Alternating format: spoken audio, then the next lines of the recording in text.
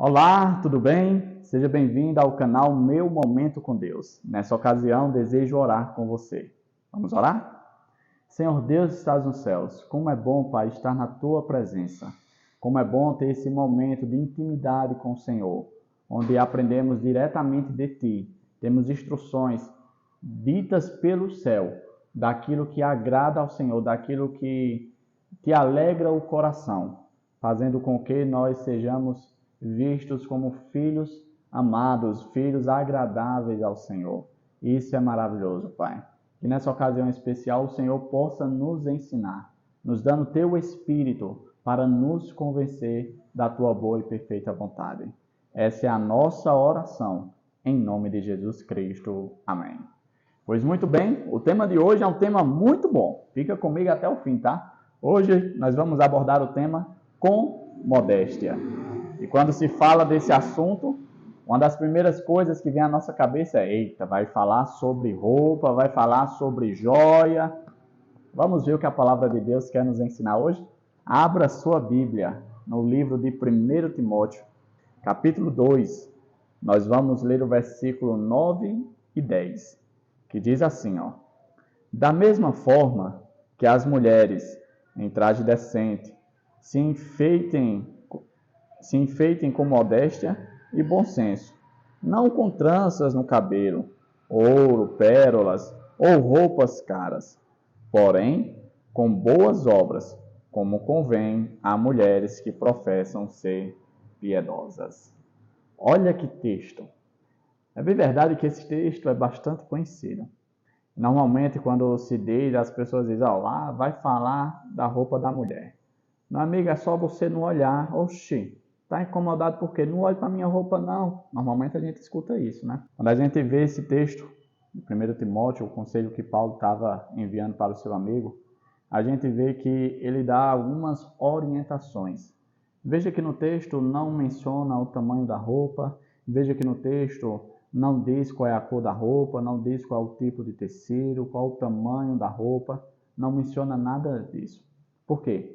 Porque esse texto, a intenção de Deus ao inspirar Paulo, era fazer com que ele fosse um texto útil e apresentasse um princípio que desde a época das épocas bíblicas, como nos dias atuais, tivesse algo para nos ensinar.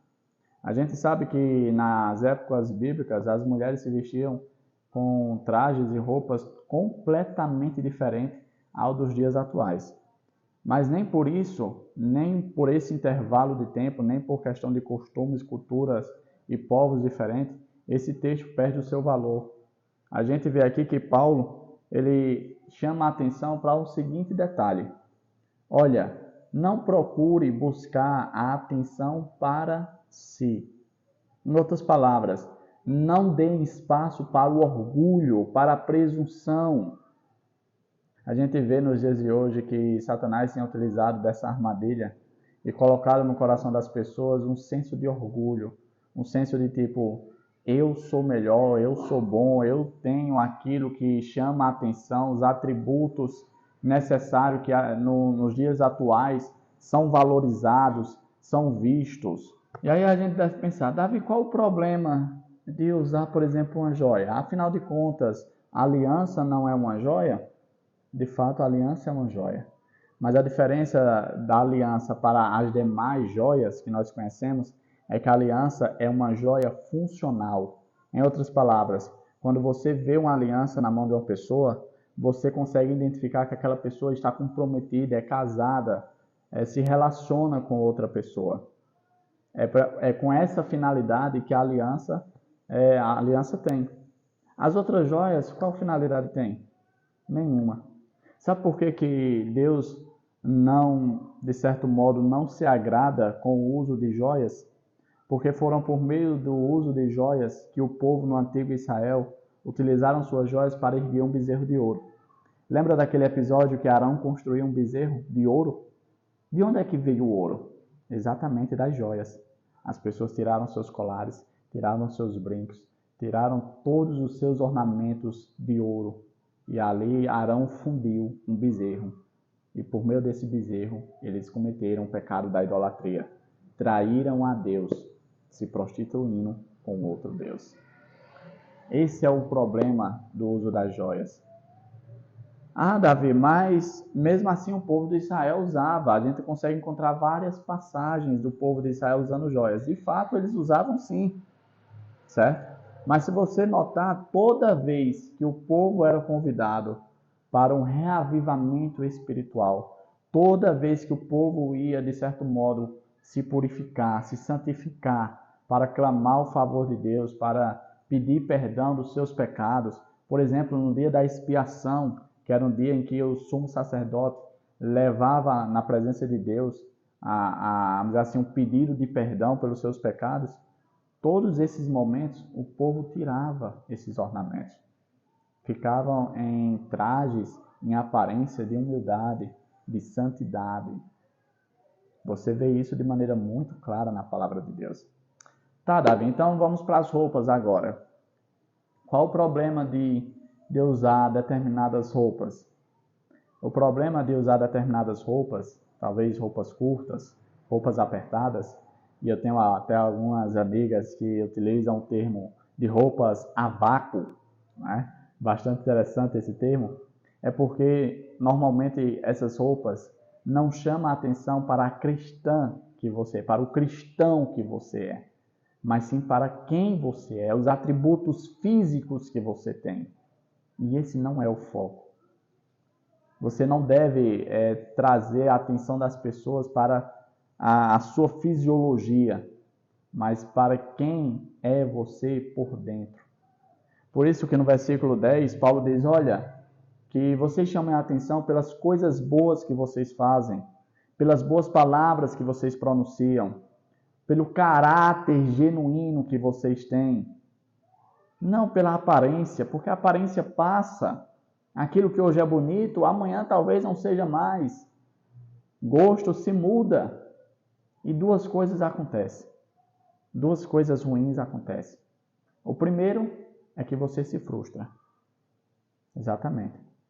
Acontece muito nos dias de hoje, as pessoas tentando alcançar a tendência da moda, os padrões da época, acabam muitas vezes vivendo uma vida somente de aparência.